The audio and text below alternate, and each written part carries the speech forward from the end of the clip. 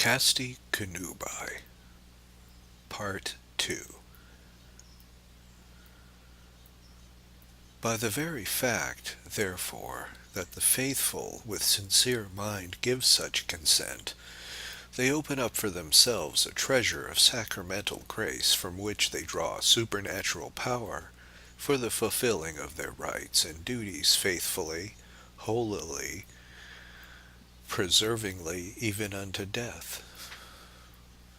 Hence this sacrament not only increases sanctifying grace, the permanent principle of the supernatural life, in those who, as the expression is, place no obstacle in its way, but also adds particular gifts, dispositions, seeds of grace, by elevating and perfecting the natural powers. By these gifts the parties are assisted, not only in understanding,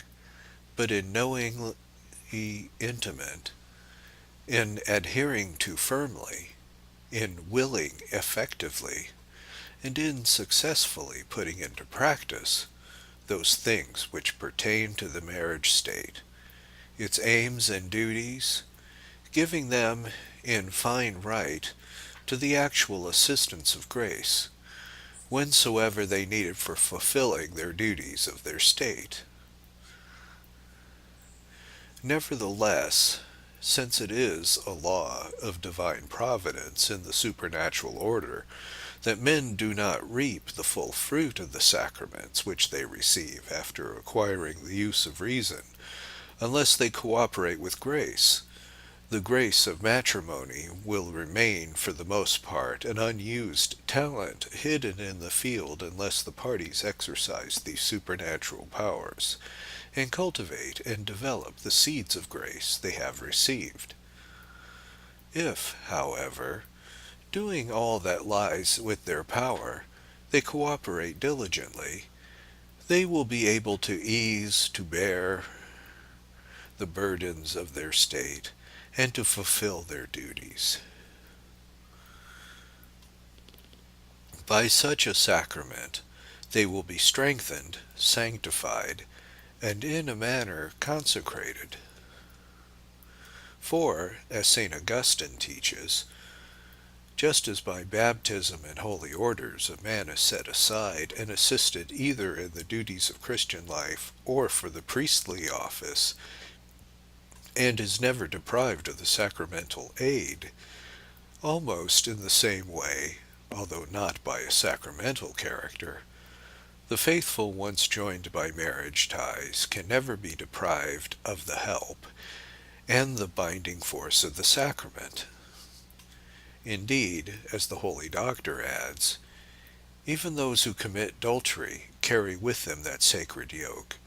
although in this case not as a title to the glory of grace, but for the ignominy of their guilty action, as the soul by apostasy, withdrawing as it were from the marriage with Christ, even though it may have lost its faith, does not lose the sacrament of faith which it received at the laver of regeneration. These parties, let it be noted, not fettered but adorned by the golden bond of the sacrament, not hampered but assisted, should strive with all their might to the end that their wedlock, not only through the power and symbolism of the sacrament, but also through their spirit and manner of life, may be and always remain the living image of that most fruitful union of Christ with the Church, which is to venerated as the sacred token of most perfect love.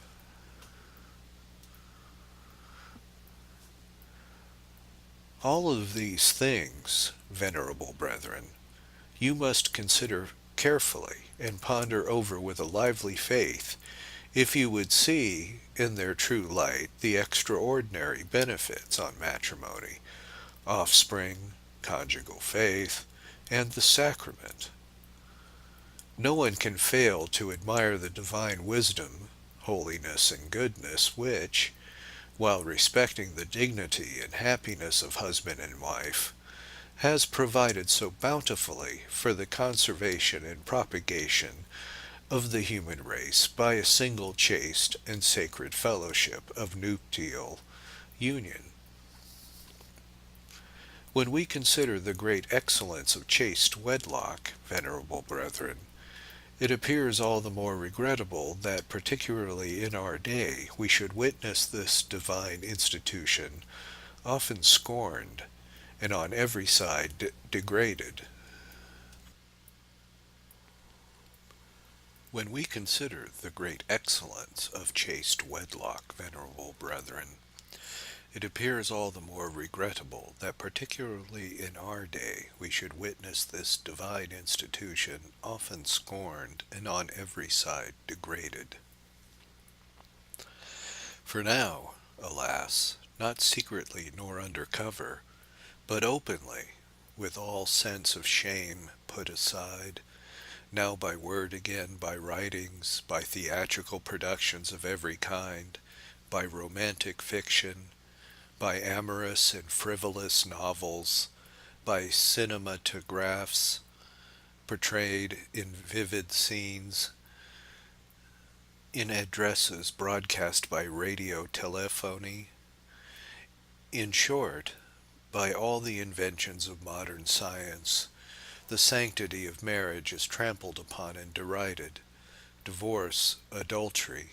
all the basest vices either are extolled or at least are depicted in such colors as to appear to be free of all report, reproach, and infamy.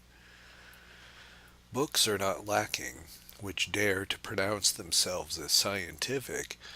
but which in truth are merely coated with a veneer of science in order that they may be more easily insinuate their ideas. The doctrines defended in these are offered for sale as the productions of modern genius, of that genius, namely, which, anxious only for truth, is considered to have emancipated itself from all those old-fashioned and immature opinions of the ancients, and to the number of these antiquated opinions they relegate the traditional doctrine of Christian marriage. These thoughts are instilled into men of every class, rich and poor, masters and workers, lettered and unlettered, married and single, the godly and godless, old and young, but for these last, as easiest prey, the worst snares are laid. Not all the sponsors of these new doctrines are carried to the extremes of unbridled lust. There are those who, striving as it were to ride a middle course, believe nevertheless that something should be conceded in our times as regards certain precepts of the divine and natural law. But these likewise, more or less wittingly, are emissaries of the great enemy who is ever seeking to sow cockle among the wheat. We, therefore, whom the Father has appointed over his field,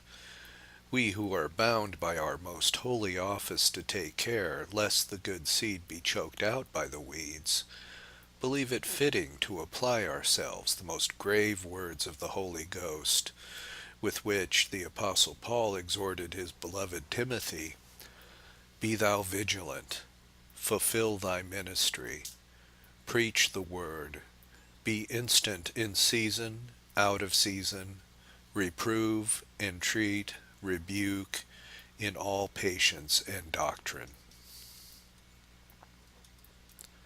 And since, in order that the deceits of the enemy may be avoided, it is necessary first of all that they be laid bare, since much is to be gained by denouncing these fallacies for the sake of the unwary,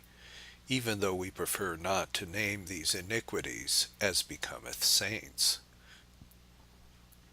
Yet for the welfare of souls we cannot remain altogether silent. To begin at the very source of these evils, their basic principle lies in this, that matrimony is repeatedly declared not to be instituted by the author of nature, nor raised by Christ the Lord to the dignity of a true sacrament, but invented by man. Some confidently assert that they have found no evidence of the existence of matrimony in nature or in her laws, but regard it merely as a means of producing life and of gratifying in one way or another a vehement impulse. On the other hand, others recognize that certain beginnings, or, as it were, seeds of true wedlock, are found in the nature of man, since, unless men were bound together by some form of permanent tie, the dignity of husband and wife, or the natural end of propagating and rearing the offspring, would not receive satisfactory provision. At the same time, they maintain that in all beyond this germinal idea, matrimony, through various concurrent causes, is invented solely by the mind of man, established solely by his will. How grievously all these err, and how shamelessly they leave the ways of honesty, is already evident what we have set forth here regarding the origin and nature of wedlock, its purposes, and the good inherent in it. The evil of this teaching is plainly seen from the consequences which its advocates deduce from it, namely, that the laws, institutions, and customs, by which wedlock is governed, since they take their origin solely from the will of man,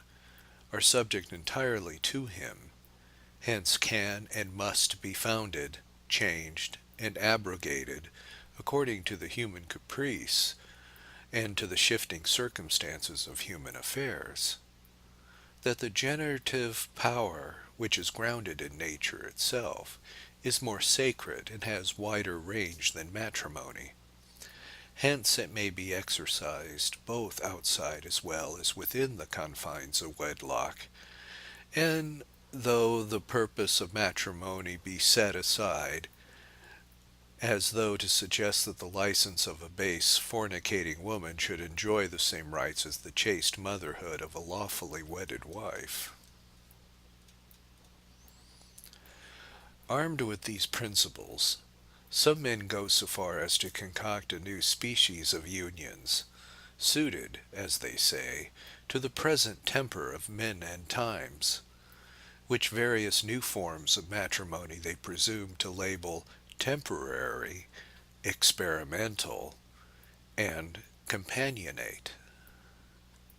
These offer all the indulgence of matrimony and its rights, without, however, the indissoluble bond,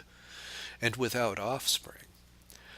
unless later the parties alter their cohabitation into a matrimony in the full sense of the law. Indeed, there are some who desire and insist that these practices be legitimized by the law, or, at least,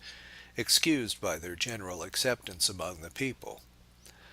They do not seem even to suspect that these proposals partake of nothing of the modern culture, in which they glory so much, but are simply hateful abominations which beyond all question reduce our truly cultured nations to the barbarous standards of savage peoples. And now, venerable brethren, we shall explain in detail the evils opposed to each of the benefits of matrimony. First consideration is due to the offspring, which many have the boldness to call the disagreeable burden of matrimony, and which they say is to be carefully avoided by married people, though not through virtuous continence, which marriage laws permit in matrimony when both parties consent, but by frustrating the marriage act. Some justify this criminal abuse on the ground that they are weary of children, and wish to gratify their desires without the consequent burden. Others say that they cannot, on one hand, remain continent, nor on the other can they have children because of the difficulties, whether on the part of the mother or on the part of family circumstances. But no reason, however grave, may be put forward by which anything intrinsically against nature may become conformable to nature and morally good. Since, therefore, the conjugal act is destined primarily by nature for the begetting of children, those who, in exercising it deliberately, frustrate its natural power and purpose, sin against nature and commit a deed which is shameful and intrinsically vicious. Small wonder, therefore, if Holy Writ bears witness that the Divine Majesty regards with greatest detestation this horrible crime, and at times has punished it with death. As St. Augustine notes, intercourse even with one's legitimate wife is unlawful and wicked, where the conception of the offspring is prevented. Onan, the son of Judah, did this, and the Lord killed him for it. Since, therefore, openly departing from the uninterrupted Christian tradition, some recently have judged it possible solemnly to declare another doctrine regarding this question, the Catholic Church, to whom God has entrusted the defense of the integrity and purity of morals, standing erect in the midst of the moral ruin which surrounds her, in order that she may preserve the chastity of the nuptial union from being defiled by this foul stain, raises her voice in token of her divine ambassadorship, and through our mouth proclaims anew, any use whatsoever of matrimony exercised in such a way that the act is deliberately frustrated in its natural power to generate life, is an offense against the law of God and nature. For those who indulge in such are branded with the guilt of a grave sin. We admonish, therefore, priests who hear confessions, and others who have had the care of souls, in virtue of our supreme authority and in our solicitude for the salvation of souls, not to allow the faithful entrusted to them to err regarding this most grave law of God, much more that they keep themselves immune from such false opinions, in no way conniving in them. If any confessor or pastor of souls, which may, God forbid, lead the faithful entrusted to him into these errors, or should at least confirm them by approval or by guilty silence, let him be mindful of the fact that he must render a strict account to God, the supreme judge, for betrayal of his sacred trust, and let him take to himself the words of Christ. They are blind and leaders of the blind, and if the blind lead the blind, both fall into the pit. As regards the evil use of matrimony, to pass over the arguments which are shameful, not infrequently others that are false and exaggerated are put forward. Holy Mother Church very well understands and clearly appreciates all that is said regarding the health of the mother and the danger of her life. And who would not grieve to think of these things? Who is not filled with the greatest admiration when he sees a mother risking her life with heroic fortitude, that she may preserve the life of the offspring which she has conceived? God alone, all bountiful and merciful as he is, can reward her for the fulfillment of the office allotted to her by nature, and will assuredly repay her in a measure full to overflowing. Holy Church knows well that not infrequently one of the parties is sinned against rather than sinning, when for a grave cause he or she reluctantly allows the perversion of the right order. In such a case, there is no sin, provided that, mindful of the law of charity, he or she does not neglect to seek to dissuade and to deter the partner from sin, nor are those considered as acting against nature who in the married state use their right, in the proper manner, although on account for natural reasons either of time or of certain defects, new life cannot be brought forth. For in matrimony, as well as in the use of matrimonial rites, there are also secondary ends, such as mutual aid, the cultivation of mutual love, and the quieting of concupiscence, which husband and wife are not forbidden to consider so long as they are subordinated to the primary end, and so long as the intrinsic nature of the act is preserved. We are deeply touched by the sufferings of those parents who, in extreme want, experience great difficulty in rearing their children. However, they should take care lest the calamitous state of their external affairs should be the occasion for a much more calamitous error. No difficulty can arise that justifies the putting aside of the law of God which forbids all acts intrinsically evil. There is no possible circumstance in which husband and wife cannot, strengthened by the grace of God, fulfill faithfully their duties and preserve in wedlock their chastity unspotted. This truth of Christian faith is expressed by the teaching of the Council of Trent. Let no one be so rash as to assert that which the fathers of the council have placed under anathema, namely, that there are precepts of God impossible for the just to observe.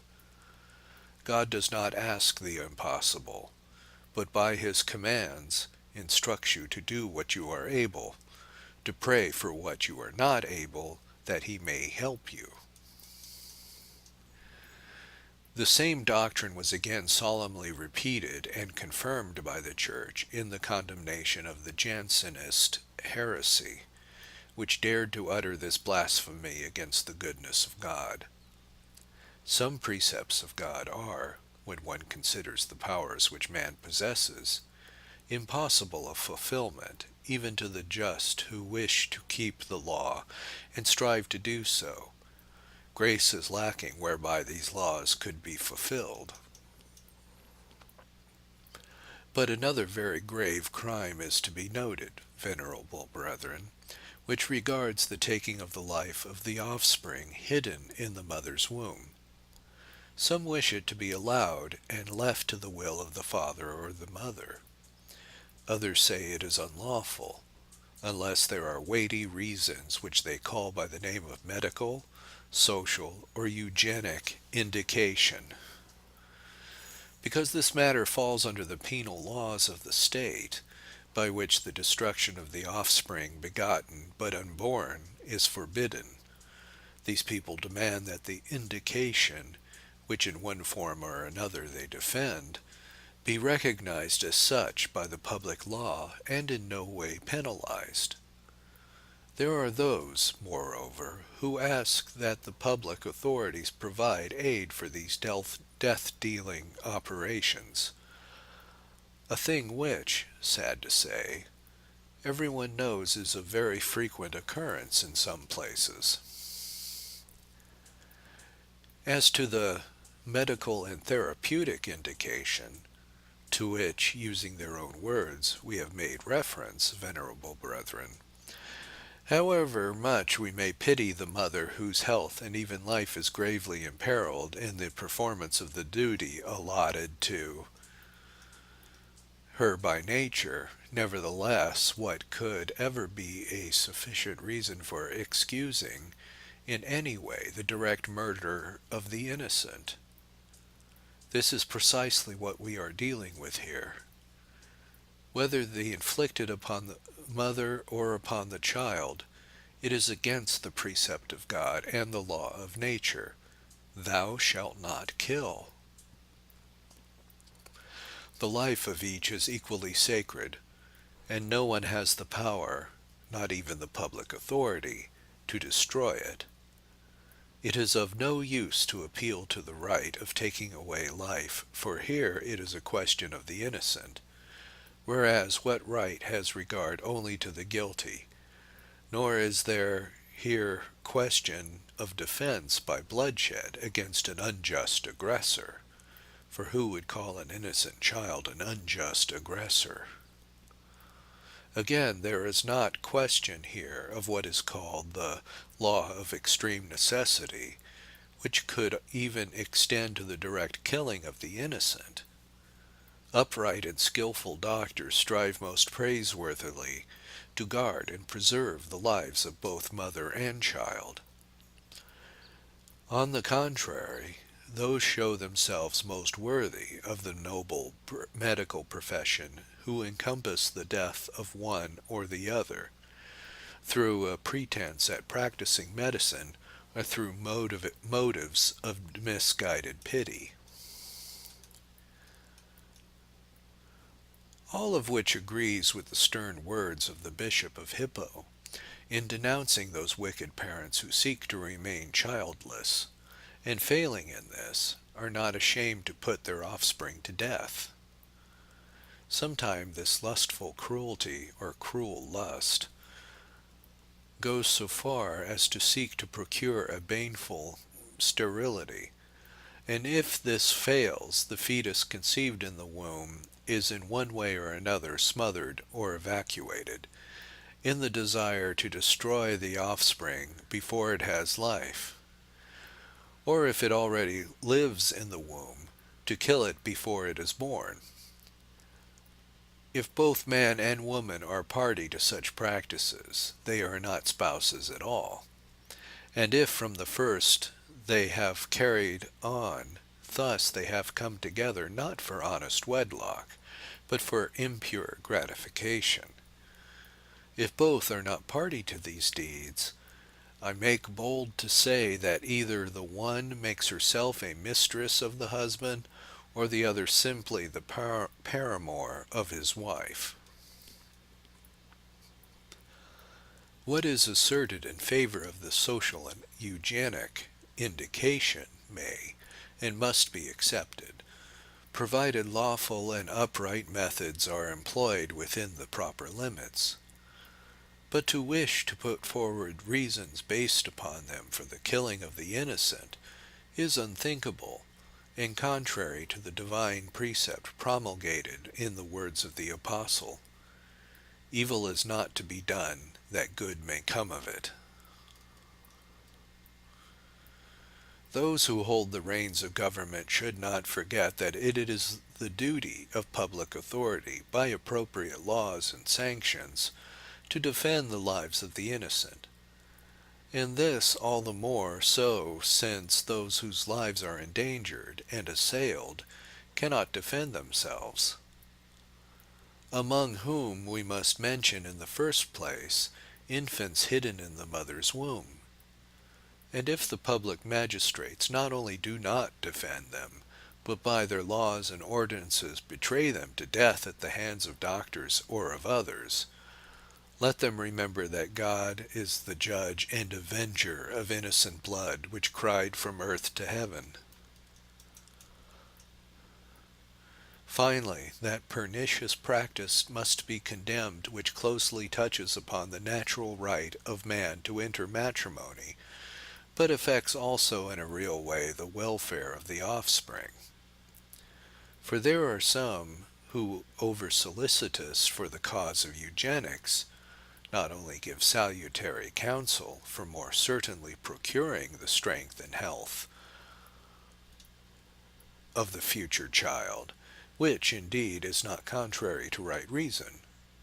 but put eugenics before aims of a higher order, and by public authority wish to prevent from marrying all those whom,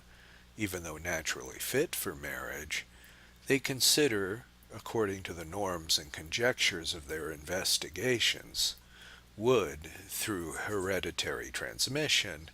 bring forth defective offspring. And more, they wish to legislate to deprive these of that natural faculty by medical action, despite their unwillingness. And this they do not propose as an infliction of grave punishment under the authority of the state for a crime committed, not to prevent future crimes by guilty persons, but against every right and good they wish the civil authority to arrogate to itself a power over a faculty which it never had and can never legitimately possess. Those who act in this way are at fault in losing sight of the fact that the family is more sacred than the state, and that men are begotten not for the earth and for time, but for heaven and eternity. Although often these individuals are to be dissuaded from entering into matrimony, certainly it is wrong to brand men with the stigma of crime because they contract marriage, on the ground that, despite the fact that they are in every aspect capable of matrimony, they will give birth only to defective children, even though they use all care and diligence.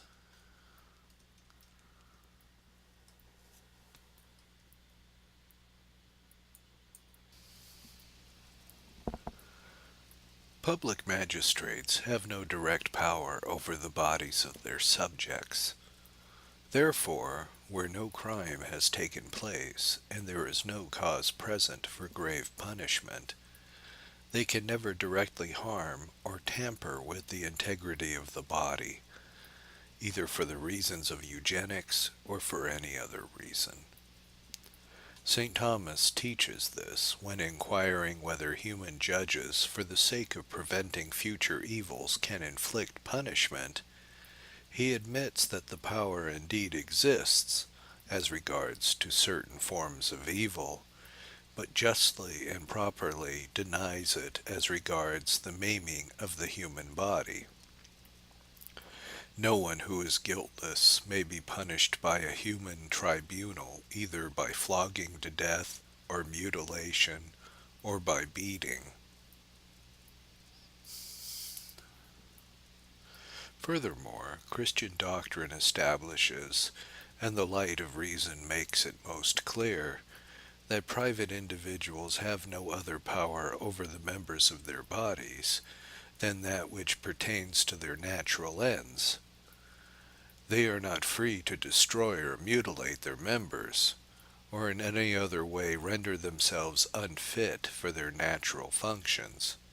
except when no other provision can be made for the good of the whole body.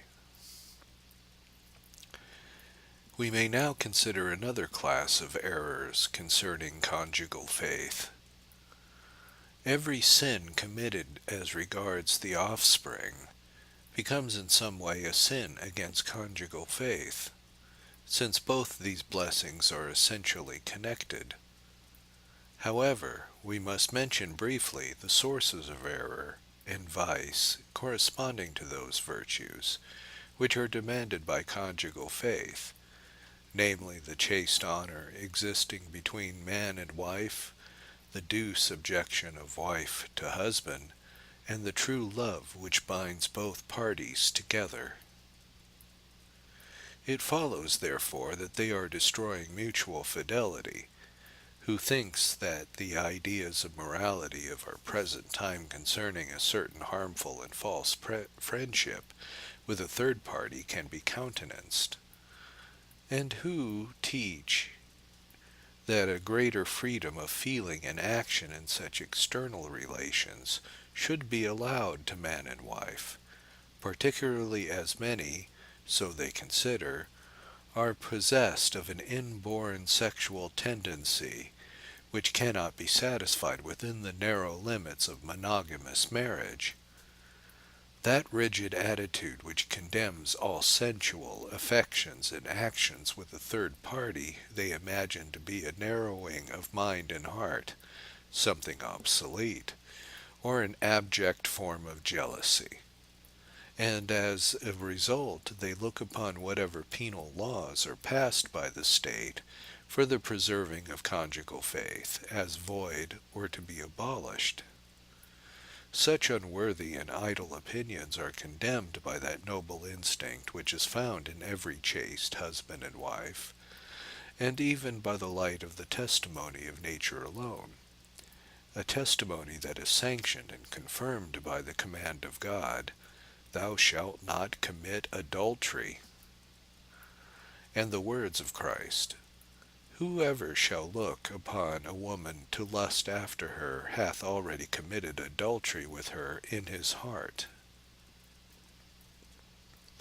The force of this divine precept can never be weakened by any merely human custom, bad example, or pretext of human progress. For just as it is one and the same, Jesus Christ, yesterday and today and the same forever, so it is one and the same doctrine of Christ that abides, and of which not one jot or tittle shall pass away till all is fulfilled.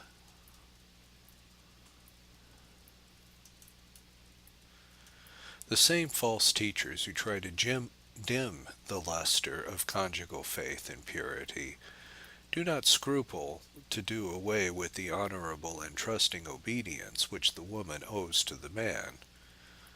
Many of them go even further and suggest that such a subjection of one party to another is unworthy of human dignity, that the rights of husband and wife are equal. Wherefore they boldly proclaim the emancipation of women has been or ought to be effected. This emancipation in their ideas must be threefold: in the ruling of the domestic society, in the administration of family affairs, and in the rearing of children. It must be social, economic, physiological, that is to say, the woman is to be freed at her own good pleasure from the burdensome duties properly belonging to a wife as companion and mother. We have already said that this is not an emancipation, but a crime. Social, inasmuch as the wife, being freed from the cares of children and family, should, to the neglect of these, be able to follow her own bent and devote herself to business and even public affairs. Finally, economic, whereby the woman, even without the knowledge and against the wish of her husband, may be at liberty to conduct and administer her own affairs, giving her attention chiefly to these rather than to children, husband, and family. This, however, is not the true emancipation of woman, nor that rational and exalted liberty which belongs to the noble office of a Christian woman and wife. It is rather the debasing of the womanly character and the dignity of motherhood, and indeed of the whole family, as a result of which the husband suffers the loss of his wife, the children of his mother, and of the home and the whole family of an ever watchful guardian. More than this false liberty and unnatural equality with the husband is to the detriment of the woman herself. For if the woman descends from her truly regal throne, to which she has been raised within the walls of the home by means of the gospel, she will soon be reduced to the old state of slavery, if not in appearance, certainly in reality, and become, as amongst the pagans, as a mere instrument of man. This equality of rights, which so much exaggerated and distorted, must indeed be recognized in those rights which belong to the dignity of the human soul, and which are proper to the marriage contract, and inseparably bound up with wedlock. In such things, undoubtedly both parties enjoy the same rights, and are bound by the same obligations. In other things there must be a certain inequality and due accommodation, which is demanded by the good of the family, and the right ordering and unity and stability of home life. As, however, the social and economic conditions of the married woman must in some way be altered on account of the changes of social intercourse, It is part of the office of the public authority to adapt the civil rights of the wife to modern needs and requirements, keeping in view that the natural disposition and temperament of the female sex, good morality, and the welfare of the family demands, and provides always that the essential order of the domestic society remain intact, founded, as it is, on something higher than human authority and wisdom, namely on the authority and wisdom of God, and so not changeable by public laws or at the pleasure of private individuals. These enemies of marriage go further, however, when they substitute for that true and solid love which is the basis of conjugal happiness a certain vague compatibility of temperament. This they call sympathy, and assert that, since it is the only bond by which husband and wife are linked together, when it ceases the marriage is completely dissolved. What else is this man to build a house upon a sand, a house that, in the words of Christ, would forthwith be shaken and collapse, as soon as it was exposed to the waves of adversity, and the winds blew and they beat upon that house, and it fell, and great was the fall thereof. On the other hand, the house built upon a rock, that is to say, on mutual conjugal chastity, and strengthened by a deliberate and constant union of spirit, will not only never fall away, but will never be shaken by adversity.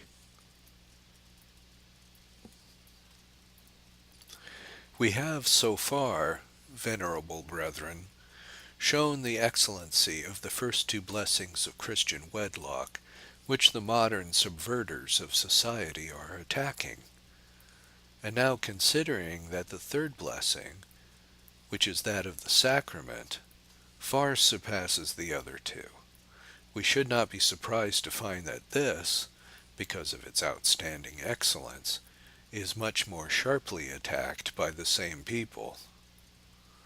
They put forward in that first place that matrimony belongs entirely to the profane and purely civil sphere, that it is not to be committed to the religious society, the Church of Christ, but to civil society alone. They then add that the marriage contract is to be freed from any indissoluble bond, and that separation and divorce are not only to be tolerated, but sanctioned by the law. From which it follows finally that, robbed of all its holiness, matrimony should be enumerated among the secular and civil institutions. The first point is contained in their contention that the civil act itself would stand for the marriage contract, civil matrimony, as it is called, while the religious act is to be considered a mere addition, or at most a concession to a too superstitious people. Moreover, they want it to be no cause for reproach that marriages be contracted by Catholics with non-Catholics without any reference to religion or recourse to the ecclesiastical authorities. The second point, which is but a consequence of the first,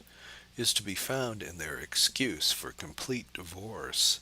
and in their praise and discouragement of those civil laws which favor the loosening of the bond itself. As the salient features of the religious character of all marriage, and particularly of the sacramental marriage of Christians, have been treated at length and supported by weighty arguments in the encyclical letters of Leo XIII, letters which we have frequently recalled to mind and expressly made our own, we refer you to them, repeating here only a few points. Even by the light of reason alone, and particularly if the ancient records of history are investigated,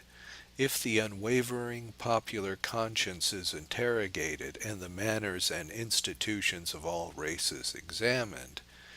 it is sufficiently obvious that there is a certain sacredness and religious character attaching even to the purely natural union of man and woman, not something added by chance, but innate, not imposed by men, but involved in the nature of things,